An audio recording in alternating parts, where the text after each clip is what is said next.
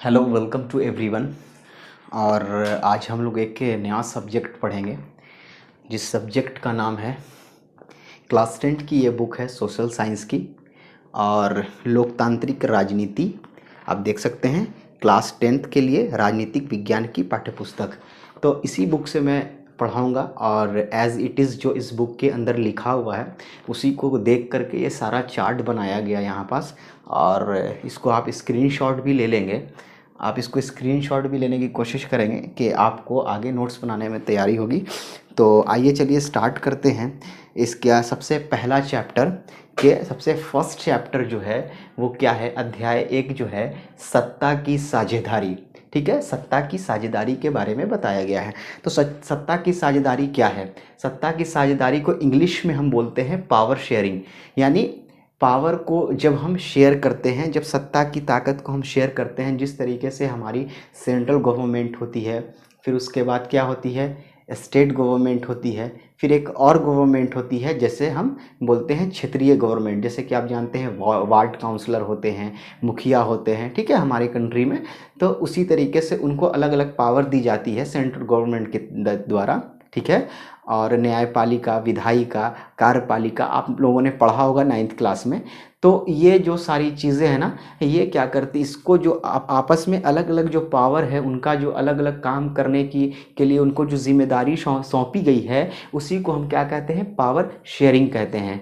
तो आइए चलिए स्टार्ट करते हैं। आपको ये चीज़ तो समझ में आ गई हो कि पावर शेयरिंग किसे कहते हैं, यानी सत्ता की साझेदारी। तो जो हम अध्याय 1 है इसका, अध्याय 1 में सत्ता की साझेदारी में इसी प्रकार से 2 देशों के बारे में बात की गई है। पहला देश है बेल्जियम, दूसरा है श्रीलंका। श्रीलंका को हम इसके बाद वाले में देखेंगे, पहले हम बेल्जियम को जानते हैं। और ये जो श्रीलंका और बेल्जियम है, ये दोनों देशों के अंदर किस तरीके से कई तरह की समस्या आई देश को चलाने के लिए, वहाँ देश की सारी व्यवस्था को यानी पावर को, सत्ता को एस्टैब्लिश करने में जो बहुत सारी प्रॉब्लम क्रिएट हुई, उसको किस तरीके से बेल्जियम ने निपटाया, उसको किस तरीके से श्रीलंका ने निपटाया, इसी पर जो है ये पूरा चैप्टर है। ठीक है, और एक चीज़ आपको बता दें कि किसी भी देश को चलाने के लिए सबसे अच्छा जो तरीका है वो क्या होता है, वो होता है लोकतंत्र। यानी जहां जनता चुनती है अपना प्रधानमंत्री या अपना कार्यसेवक, जो उनके देश को आगे बढ़ाता है, जो उनकी शिक्षा, स्वास्थ्य, ठीक है, उनके बिजनेस यानी इकोनॉमिकली तरीके से उनको स्ट्रॉन्ग करता है। और चूंकि जनता स्ट्रॉन्ग होती है तो जाहिर सी बात है देश भी स्ट्रांग होता है। तो आइए चलते हैं बेल्जियम के बारे में जानते हैं। देखिए यहाँ जो बेल्जियम है ना, इस बेल्जियम के अंदर इस बेल्जियम के अंदर 3 स्टेट हैं। ठीक है, आप स्टेट समझ सकते हैं, तीन जगह ये। पहला जो है स्टेट वो है फेल्मिश। ठीक है, फेल्मिश इलाके में जो है ना 59% लोग रहते हैं। कितने लोग रहते हैं? 59%। और ये कुल आबादी का सबसे ज़्यादा जो है वो कौन है? फेल्मिश रहते हैं। 59% लोग फेल्मिश में रहते हैं, जो कौन सी भाषा बोलते हैं, कौन सी लैंग्वेज की यूज़ करते हैं? उनकी लैंग्वेज है डच। ठीक है, फिर उसके बाद चलते हैं वेलोनिया। ठीक है, वेलोनिया में जो है 40% लोग रहते हैं जो फ्रेंच भाषा का यूज़ करते हैं। यानी उनकी जो बात करने की यानी कम्युनिकेशन करने की जो उनकी भाषा है वो कौन सी है? फ्रेंच है। ठीक है, अब बेल्जियम के अंदर 1% और ऐसे लोग हैं जो क्या करते हैं? जर्मन भाषा का इस्तेमाल करते हैं, यानी जर्मन भाषा बोलते हैं। ठीक है, और बेल्जियम की राजधानी क्या है? बेल्जियम की राजधानी है ब्रुसेल्स। ठीक है, यहाँ आप देख सकते हैं बेल्जियम की राजधानी ब्रुसेल्स है। और ब्रुसेल्स के अंदर जो है फ्रेंच बोलने वाले लोग कितने हैं बेल्जियम के अंदर? बेल्जियम के अंदर जो फ्रेंच बोलने वाले लोग हैं वो कितने हैं? 80% हैं। ठीक है, और डच बोलने वाले कितने लोग हैं? 20% हैं। इस चीज़ को हमेशा याद रखिएगा।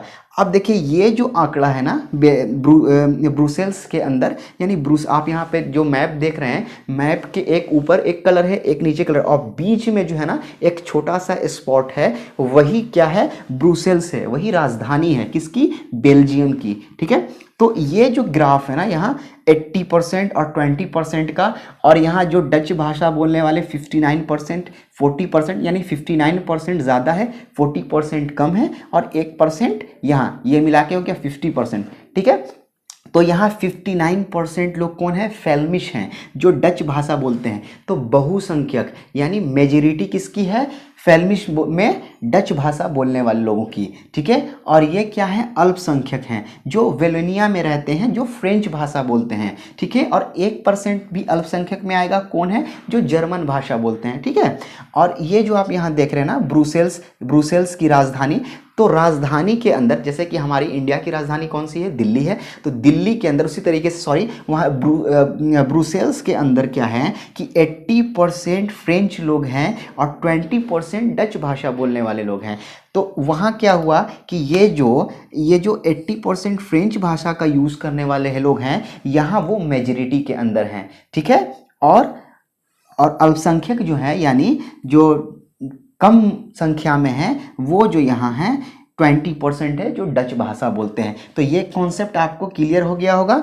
ठीक है, और एक चीज़ और जान लीजिए, बेल्जियम का जो क्षेत्रफल है, यानी बेल्जियम का जो रेडियस है पूरा, सॉरी, जो क्षेत्रफल है पूरा कंट्री का, वो कितना है? क्षेत्रफल में हरियाणा राज्य से भी छोटा, यानी जो हमारा इंडिया में हरियाणा राज्य है ना, उससे छोटा है क्या? बेल्जियम। ठीक है, और आबादी कितनी है उसकी? 1 करोड़ से थोड़ी अधिक, यानी फॉर एग्जाम्पल कि अगर हरियाणा के अंदर 3 करोड़ की आबादी है, फॉर एग्जाम्पल हम मान लेते हैं, तो उसकी हरियाणा की आबादी से थोड़ी कम, यानी 1 करोड़ से थोड़ी अधिक, यानी हरियाणा की अगर आबादी है 3 करोड़, तो इसकी क्या है? 1 करोड़ 30 लाख, यानी आधे से थोड़ी कम। ठीक है, तो ये कॉन्सेप्ट भी क्लियर हो गया आपका, ये कॉन्सेप्ट भी क्लियर हो गया। अब आइए हम आगे बढ़ते हैं। बेल्जियम में जातीय बुनावट के कारण उत्पन्न होने वाली समस्याएं।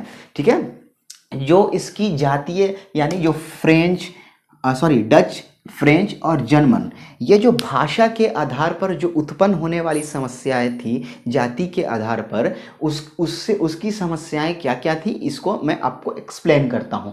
यानी अल्पसंख्यक फ्रेंच, ठीक है, देखिए यहाँ फ्रेंच की जो पूरी आबादी का 40% है फ्रेंच बोलने वाले। क्यों है अल्पसंख्यक? इसीलिए कहलाते हैं क्योंकि उनकी आबादी कम है। जिस देश में जिस जाति धर्म की आबादी कम होती है उसको हम अल्पसंख्यक कहते हैं। ठीक है, और जिस देश में जिस जाति धर्म की आबादी, जिस धर्म की आबादी ज़्यादा होती है, उसको क्या बोलते हैं? बहुसंख्यक बोलते हैं। जैसे कि इंडिया के अंदर हमारी जो मुस्लिम कम्युनिटी है, जो सिख कम्युनिटी है, जो ईसाई कम्युनिटी है, वो क्या है? अल्पसंख्यक है, और हिंदू कम्युनिटी क्या है? बहुसंख्यक है। तो उसी तरीके से जो आप देख सकते हैं अल्पसंख्यक फ्रेंच भाषी लोग अधिक समृद्ध और ताकतवर थे।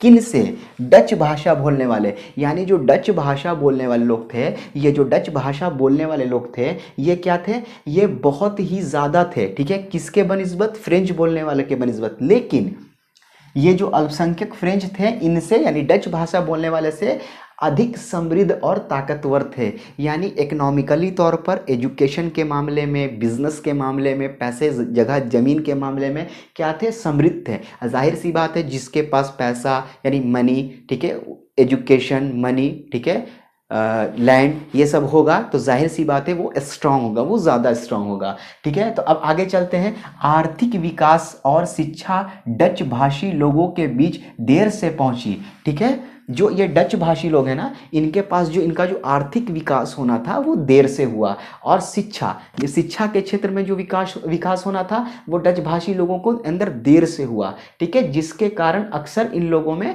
तनाव बना रहता था। ठीक है, तनाव का कारण यही था। अब आगे बढ़ते हैं। 1950 से 1960 के दशक, यानी देखिए क्या होता है दशक भाषा। देखिए हो सकता है कि क्वेश्चन में आ जाए कि आप फ्रेंच के 1950 से 1960 के दशक की कुछ बातें बताएं।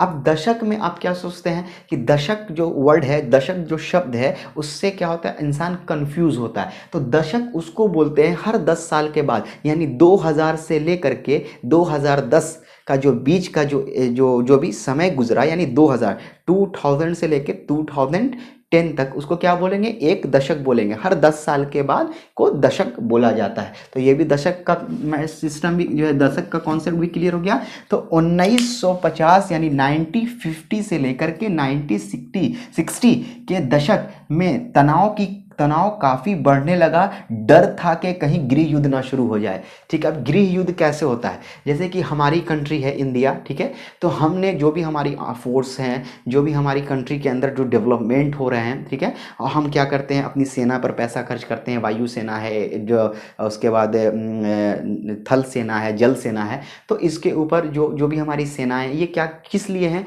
ये सेनाएं हमारी दूसरे कंट्री अगर हमारे ऊपर अटैक करता है तो हम उससे लड़ने के लिए है, ठीक है, उससे निपटने के लिए। लेकिन ये क्या है, जैसे कि world country to country fight हो रही है, लेकिन जब गृह युद्ध होता है, गृह युद्ध यानी कंट्री के अंदर, गृह क्या बोलते हैं, घर, गृह प्रवेश आपने सुना होगा, तो घर के अंदर जो युद्ध ना हो जाए, यानी जो डच भाषी और फ्रेंच भाषी लोगों के बीच में इतना तनाव हो रहा था, तो वहाँ के नेताओं ने सोचा, वहाँ की जो गवर्नमेंट थी उसने सोचा कि ऐसा ना हो कि कहीं गृह युद्ध ना शुरू हो जाए। इसीलिए उन लोगों ने क्या किया, 1970 से 1993 में इस चीज़ को रोकने के लिए, तनाव को कम करने के लिए क्या किया गया, 4 बार नेताओं ने संविधान में संशोधन किया। क्या किया, संविधान में संशोधन किया। अब आज ये संविधान को थोड़ा सा शॉर्ट में समझ लीजिए। संविधान हम कहते किसे हैं, सम का मतलब होता है समान, विधान का मतलब होता है कानून, यानी तमाम व्यक्ति के लिए, जो भी लोग रह रहे हैं उसको क्या, उनके लिए एक समान कानून, सबके लिए बराबर कानून,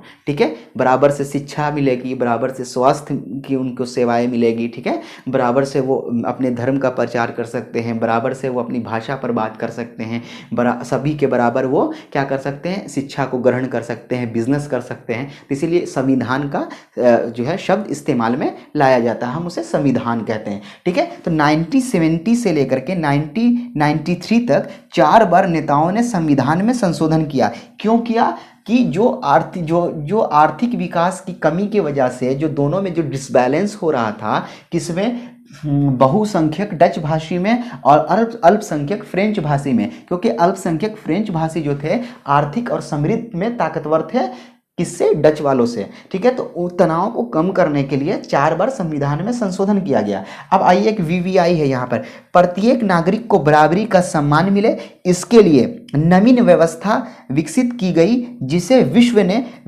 बेल्जियम का मॉडल कहा, ठीक है। जो बेल्जियम मॉडल किसको कहते हैं, बेल्जियम मॉडल के बारे में हम इसके आगे पढ़ेंगे। जो 1970 से लेकर के 1993 में जो 4 बार संशोधन किया गया और जो तमाम समस्याओं से निपटने के लिए जो एक क्राइटेरिया बनाया गया लोगों के लिए, सुविधाओं के लिए, ताकि गृह में यानी बिजनेस के देश के अंदर किसी तरह की कोई तनाव ना उत्पन्न हो, तो उसी को संभालने के लिए जो कानून बनाया गया वो क्या कहलाया, बेल्जियम मॉडल कहलाया, ठीक है। और उसको विश्व ने नाम दिया बेल्जियम मॉडल, ठीक है। प्रत्येक नागरिक को बराबरी का सम्मान मिले, इसके लिए नवीन व्यवस्था विकसित की गई, जिसे विश्व में बेल्जियम मॉडल कहा गया। बेल्जियम अपनी जटिल समस्याओं को किस प्रकार से हल करने में सफल हुआ, ठीक है। अब ये जो है ना, ये बेल्जियम अपनी जटिल समस्याओं को किस प्रकार से हल करने में सफल हुआ, ये अब हम इसके आगे पढ़ते हैं, ठीक है। तो चलिए आगे बढ़ते हैं। तो आइए चलिए अब देखते हैं, क्या देखते हैं, सत्ता की साझेदारी, पावर ऑफ शेयरिंग में अब क्या देखेंगे, बेल्जियम मॉडल को। जैसा कि अभी मैंने पीछे जस्ट बताया कि अब आगे हम बेल्जियम मॉडल को देखेंगे। तो आइए हम बेल्जियम के मॉडल की विशेषताएं क्या क्या थी, क्यों इसे जो है विश्व ने बेल्जियम मॉडल बताया और क्यों इतनी सराहना हुई बेल्जियम मॉडल की। तो आइए हम इस वीडियो में इस पूरी जो हमने ये बनाया है इसको आप बहुत अच्छे तरीके से देख लीजिए।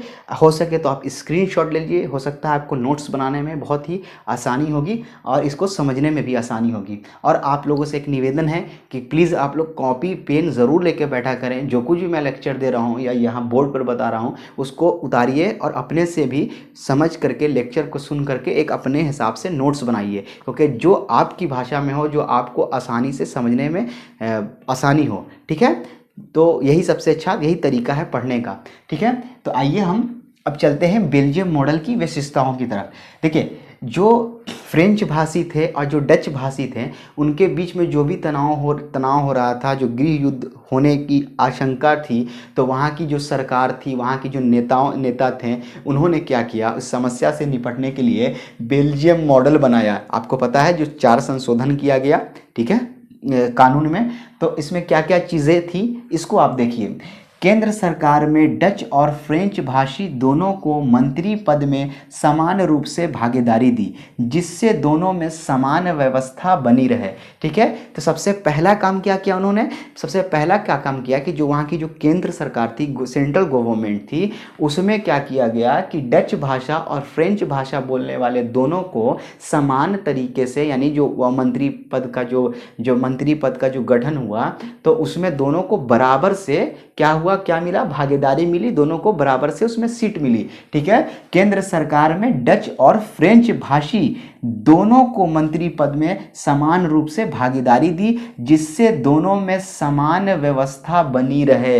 यानी जो दोनों में जो तनाव हो रहा था एक दूसरे को लेकर के, ठीक है, जो भी प्रॉब्लम हो रही थी लैंग्वेज के आधार पर या फिर शिक्षा और जो है शिक्षा को लेकर के, समृद्धता को लेकर के, ठीक है, तो ये चीज़ ना हो। ठीक है, और दूसरा काम क्या किया, केंद्र की अनेक शक्तियां राज्य सरकार को दे दी गई।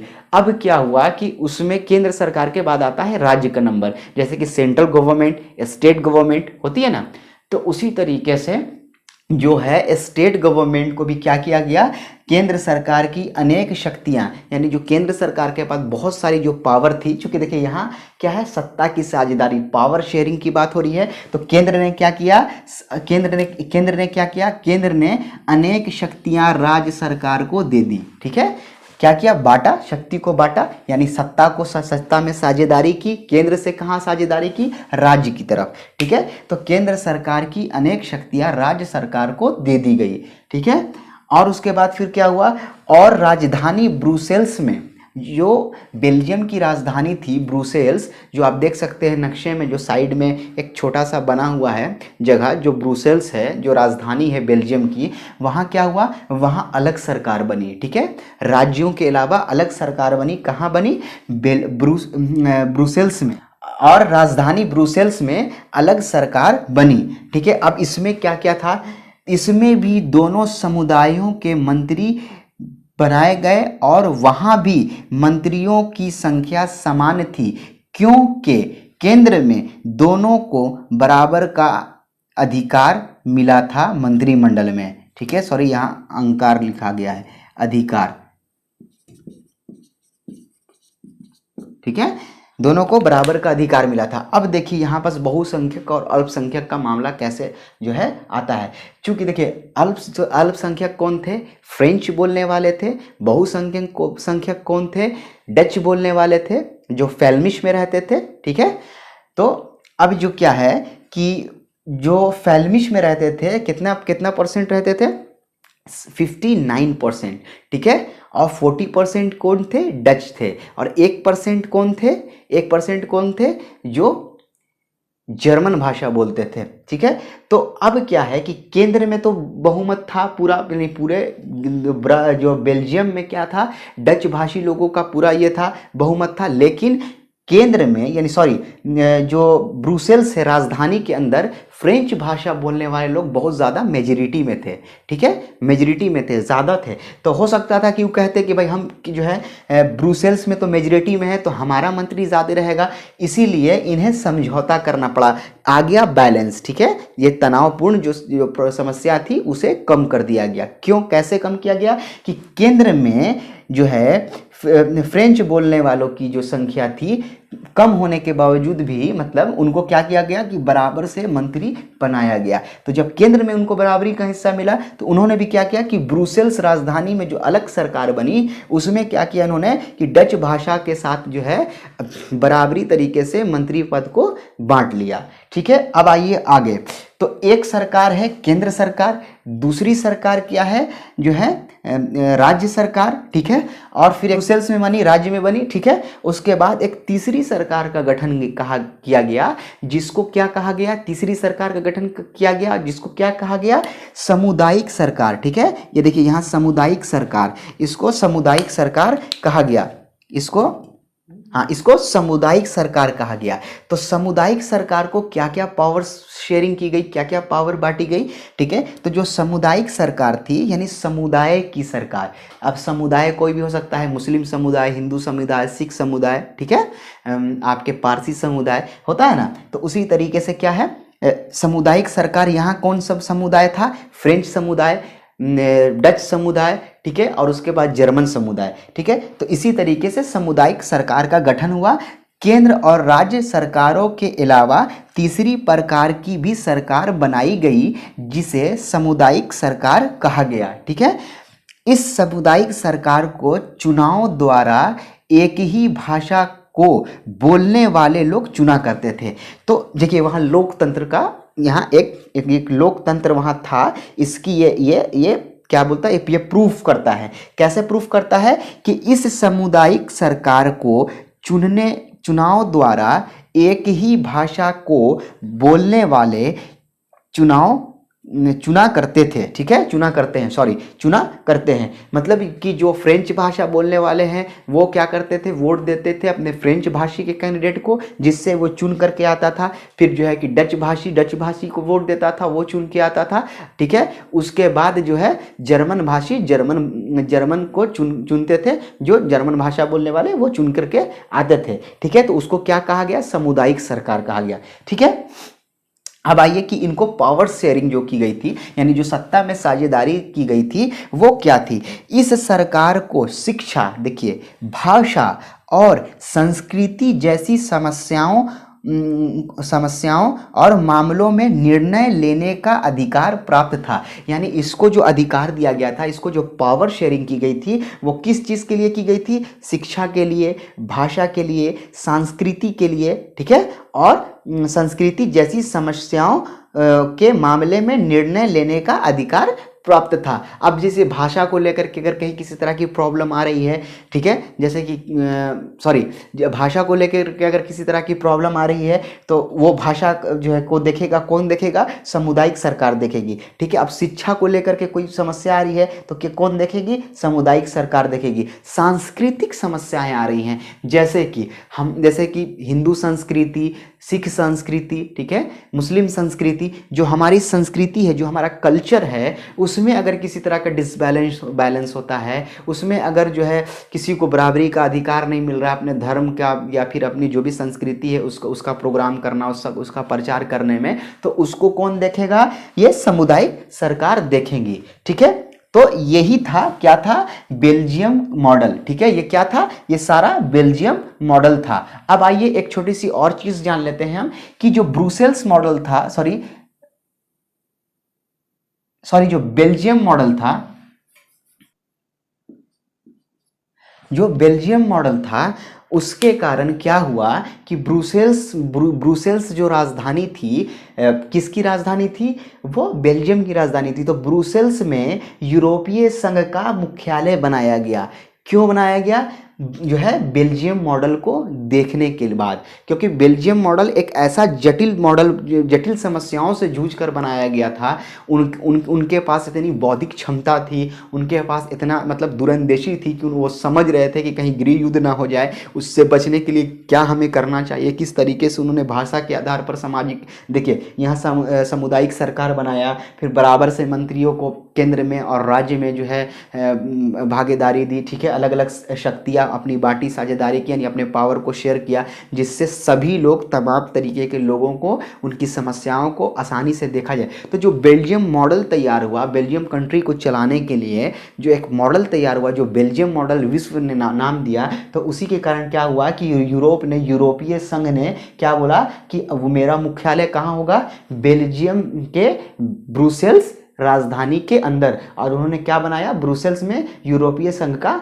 मुख्यालय बनाया। तो फ्रेंड्स ये था हम लोगों ने, यह पूरा कॉन्सेप्ट कंप्लीट हो गया जो है बेल्जियम का और ब्रुसेल्स का। अब हम लोग अगली वीडियो में यानी नेक्स्ट वीडियो में बहुत अच्छे तरीके से हम लोग समझेंगे किसको, श्रीलंका की समस्याओं को, जो श्रीलंका के अंदर किस तरीके से गृह युद्ध हुआ था, ठीक है। तो वहाँ क्या क्या समस्याएं आई, किस तरीके से वहाँ के फिर उसको रोकने के लिए, उसको उससे बचने के लिए, उसको सही तरीके से सुव्यवस्थित तरीके से श्रीलंका को चलाने के लिए कितनी कितनी समस्याएं आई, कितनी कैसे उन्होंने लोगों ने वहाँ के निर्णय लिया, वहाँ की गवर्नमेंट ने, वो हम नेक्स्ट वीडियो में देखेंगे। तब तक के लिए आप वीडियो को, इस चैनल को सब्सक्राइब करिए, वीडियो को ज़्यादा से ज़्यादा शेयर कीजिए, और प्लीज़ कमेंट बॉक्स में ज़रूर बताइएगा कि आपको हमने जो ये सारा कुछ एक्सप्लेन किया है तो कैसा लगा, आपको समझ में आया, कहाँ कमी थी, आप त्रुटियों को भी आप बताइएगा कमेंट के अंदर। कहीं अगर कुछ चीज़ समझ नहीं आया, कोई सवाल है आपका, तो आप कमेंट में ज़रूर पूछा करिए। और अगर आप सासाराम से बिलोंग करते हैं तो हमारे यहाँ क्रैश कोर्स 1 अक्टूबर से स्टार्ट किया जा रहा है, जो बहुत ही कम जो है जिसकी फ़ी रखी गई है 5 मंथ का है, ठीक है। तो 1 अक्टूबर से ये स्टार्ट होगा, तो अगर आप सासाराम से हैं तो आप ज्वाइन कर सकते हैं। Thank you for watching.